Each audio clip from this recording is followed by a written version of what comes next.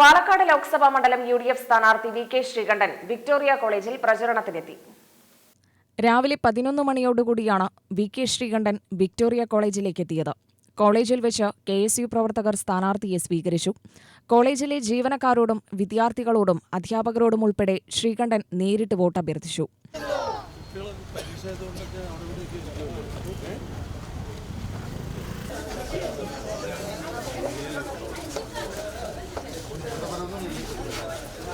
മാധ്യമ സർവേകളെയൊന്നും മുഖവിലക്കെടുക്കുന്നില്ലെന്നും ജനങ്ങളാണ് തീരുമാനിക്കേണ്ടതെന്നും VK ശ്രീകണ്ഠൻ പറഞ്ഞു.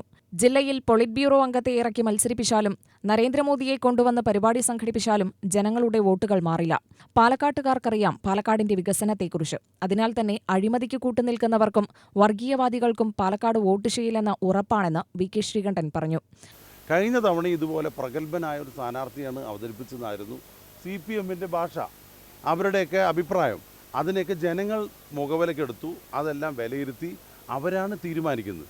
അപ്പോൾ പ്രഗത്ഭനും പ്രഗത്ഭനല്ലാത്തതും ആരാന്ന് തീരുമാനിക്കുന്ന ആരാ? ജനാധിപത്യ സംവിധാനത്തിൽ ജനങ്ങളാണ്.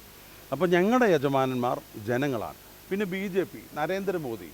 എനിക്ക് വളരെ സന്തോഷം തോന്നുന്നു ആ ചോദ്യം നിങ്ങൾ ചോദിച്ചത്. 5 വർഷം മുമ്പ് നരേന്ദ്രമോദി നമ്മുടെ പാലക്കാട് വന്നിരുന്നു.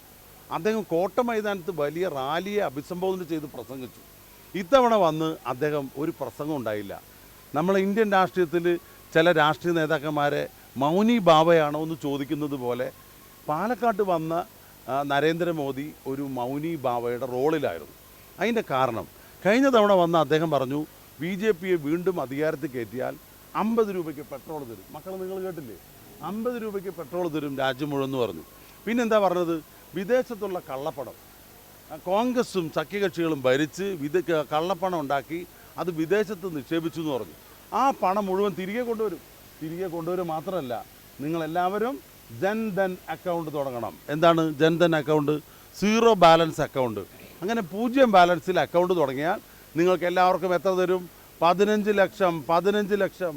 അച്യുതാനന്ദൻ പറയുന്ന പോലെ 15 ലക്ഷം എന്ന് പല പ്രാവശ്യം പിന്നെ അദ്ദേഹം ഹിന്ദിയിൽ ഇവിടെ പ്രസംഗിച്ചു.